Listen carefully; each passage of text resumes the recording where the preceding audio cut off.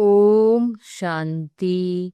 2 मई 2026 के ईश्वरीय महावाक्य।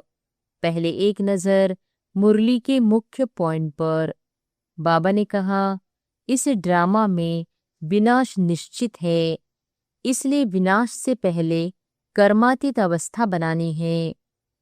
बाप के शब्द, तुम मेरे बच्चे हो, इनकी बहुत गहरी कशिश आकर्षण होती है। मधुबन इसलिए आकर्षित करता है क्योंकि वहाँ ईश्वरीय परिवार और ब्राह्मणों का संग है। आत्मा शरीर बदलती है, यह 84 जन्मों का चक्र है। और फिर बाबा ने कहा, अभी संगम युग है, रावण राज्य का अंत और राम राज्य की शुरुआत होने वाली है। मोहजीत बनना है, किसी भी देह या संबंध में आसक्ति नहीं रखनी है। घर बैठे भी याद की यात्रा उतनी ही प्रभावशाली हो सकती है जितनी मधुबन में। हर समय दूसरों को बाप का परिचय देना, भों भों करना ही ब्राह्मणों का काम है। और फिर लास्ट में बाबा ने कहा, बाप कहते हैं मुझे याद करो, यही सबसे आसान और मुख्य साधना है। हिसाब किताब चुकतू करने के लिए सजाएं भी मिलती है, इसलिए विकर्म नहीं करने हैं। योग से विकर्म नष्ट होंगे और अंत में मच्छरों समान शरीर छोड़ेंगे। विनाश का दृश्य। Charity begins at home. पहले अपने घर से सेवा शुरू करनी है, सबको बाप का संदेश देना है। और अब सुनते हैं महावाक्यों को विस्तार से। मुरली का सार।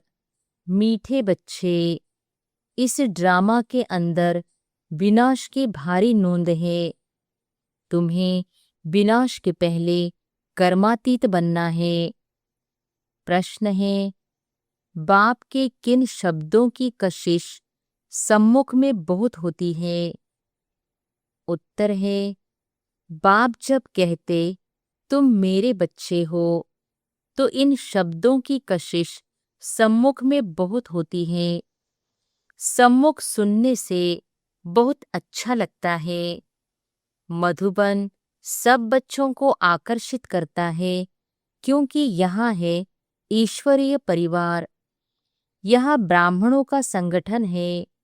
ब्राह्मण आपस में ज्ञान की ही लेन देन करते हैं। गीत है, हमारे तीर्थ न्यारे हैं, हम धरती के सितारे हैं। ओम शांति। बच्चे जानते हैं कि हम अविनाशी यात्रा अथवा रूहानी यात्रा पर जा रहे हैं, जिस यात्रा से हम लौटकर मृत्युलोक में नहीं आएंगे। मनुष्य तो यह बात जानते ही नहीं कि ऐसी यात्रा भी कोई होती है जहां से कभी लौटकर आना न पड़े। तुम लक्की स्टार्स को अभी पता पड़ा है, यह पक्का याद करना है। हम आत्माएं पाठ बजाती है। उस नाटक में ऐसे नहीं कहेंगे कि मुझ आत्मा ने यह वस्त्र पहनकर पाठ बजाया, अब घर जाते हैं। वो तो अपने को शरीर ही समझते हैं। यहाँ तुम बच्चों को ज्ञान है, हम आत्मा है, यह शरीर रूपी कपड़ा छोड़ फिर दूसरा जाकर लेंगे। यह 84 जन्मों के पुराने कपड़े हैं। यह छोड़कर नई दुनिया में फिर नए कपड़े लेंगे। यह लक्ष्मी नारायण ने नए कपड़े पहने हैं ना, तुम्हारी ही राजधानी के हैं। तुम भी जाए ऐसे नए दैवी कपड़े पहनेंगे। यहाँ तो कहते हैं मुझे निर्गुण हारे में कोई गुण नाही। बाप ही फिर ऐसा गुणवान बनाते हैं। बाप कहते हैं मेरा भी पार्ट है, आकर फिर तुमको वाइसलेस बनाता हूँ। यहाँ यह है जीवन बंद धाम, रावण राज्य है। यह तुम्हारी बुद्धि में है।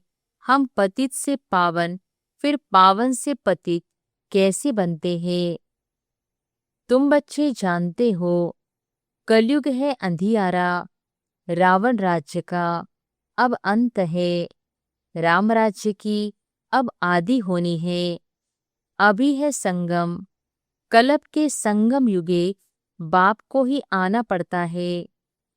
दुनिया वाले भी अब यह समझ रहे हैं कि अब विनाश का समय है और स्थापना अर्थ भगवान कहाँ गुप्त वेश में है। अब गुप्त वेश में तो तुम आत्माएं भी हो। आत्मा अलग है, शरीर अलग है।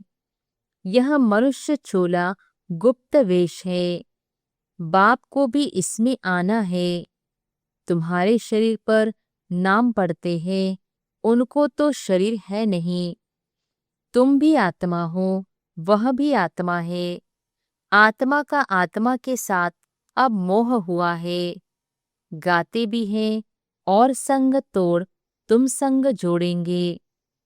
जैसे आप मोहजित हो, वैसे हम भी बनेंगे। बाबा बहुत मोहजित है। कितने ढेर बच्चे हैं जो कामचिता पर बैठ जल गए हैं। परमपिता परमात्मा आते ही हैं पुरानी दुनिया का विनाश कराने। फिर मोह कैसे होगा?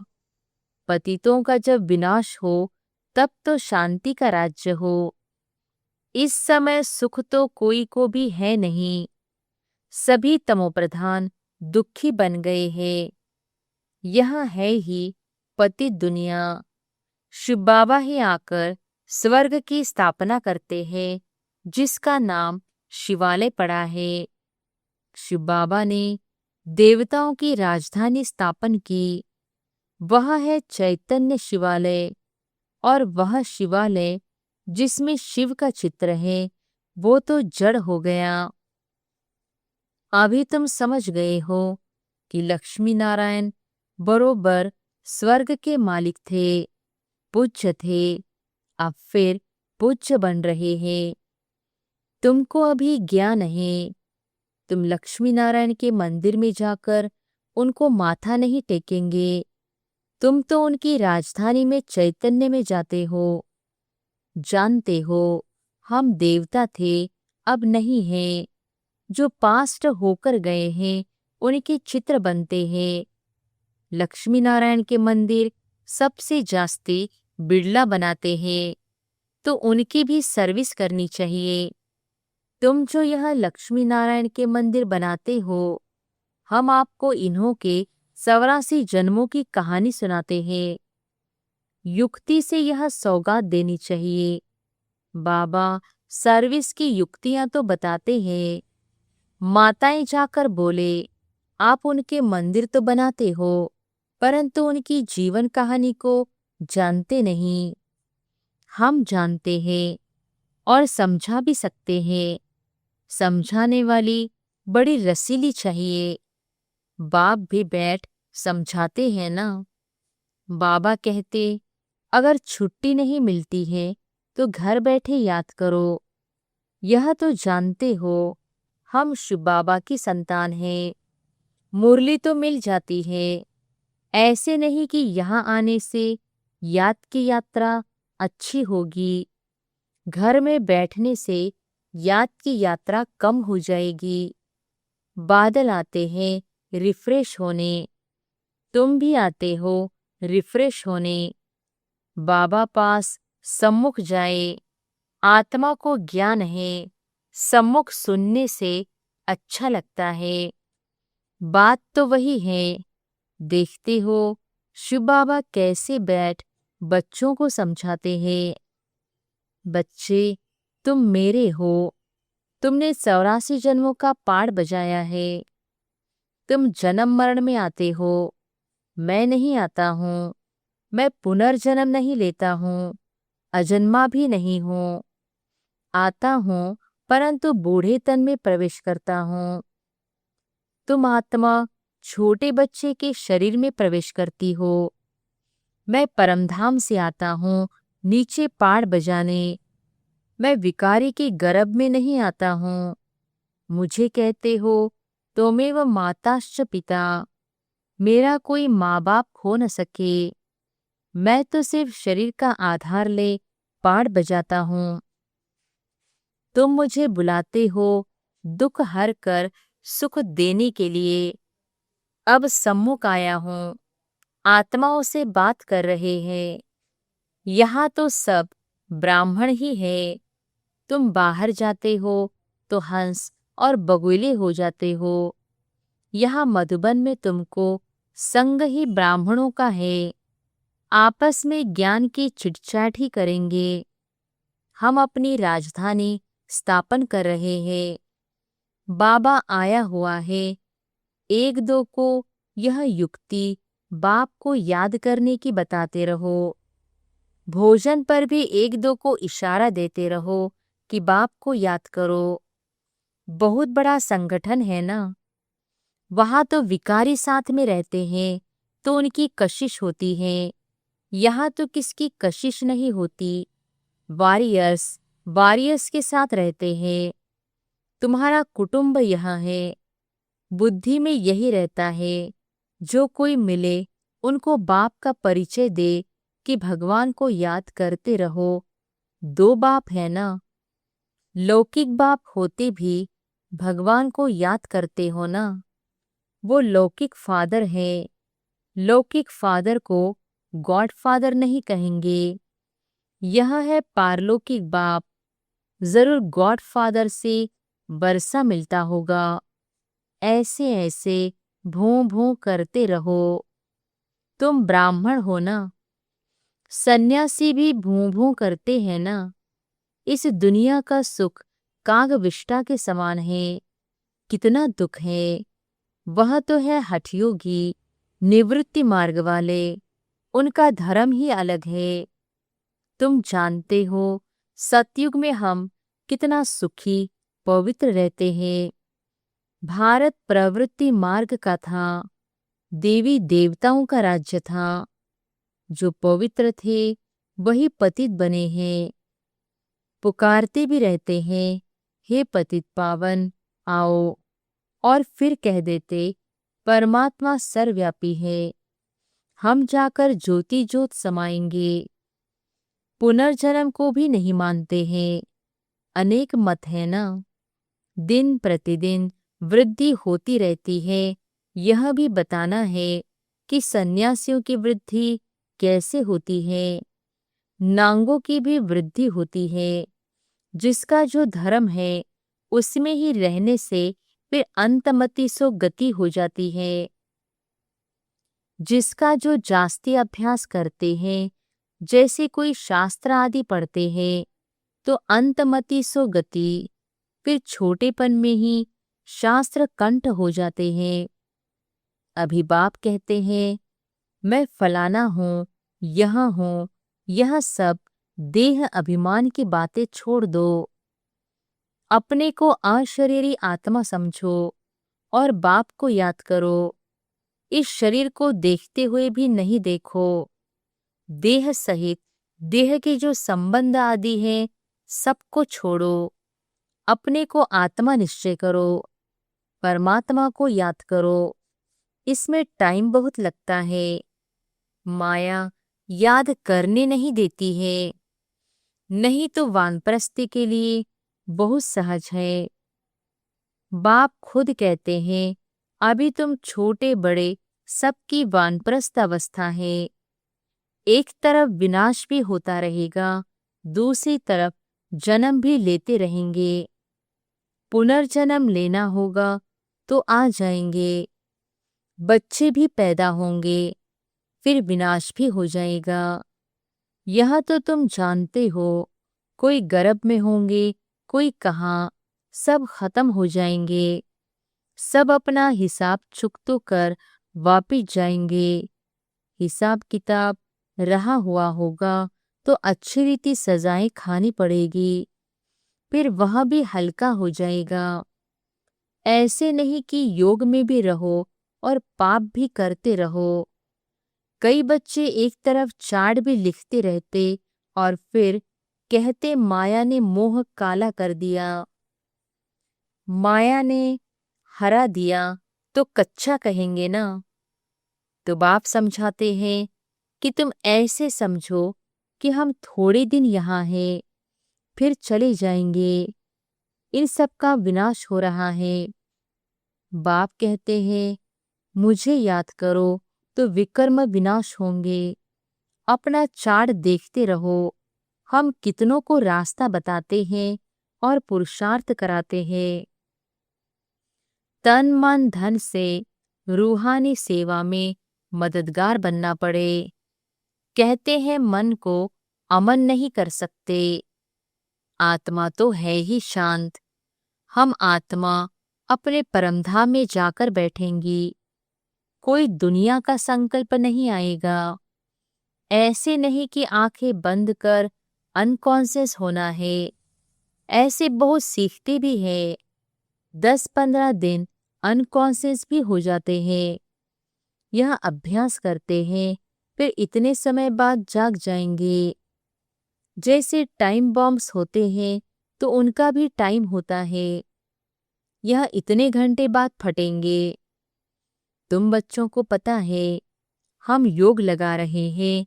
जब तमो प्रधान किचड़ा निकलेगा, हम सतो प्रधान बन जाएंगे, तो फिर इस शरीर को छोड़ देंगे। हम अभी योग की यात्रा पर हैं। टाइम मिला हुआ है, फिर यह शरीर छोड़ना ही है, फिर सब खत्म हो जाएगा। टाइम नूंदा हुआ है, फिर पिछाड़ी में मच्छरों सदृश शरीर छोड़ेंगे। विनाश होगा, तुम कर्मातीत अवस्था को पाएंगे, फिर विनाश शुरू हो जाएगा। विनाश का बड़ा भारी सीन है। यह ड्रामा में भारी नूंद है। तुम जानते हो हमारी अवस्था एकरस रहेगी, खुशी में सदैव हर्षित रहेंगे। यह दुनिया तो खलास होनी ही है।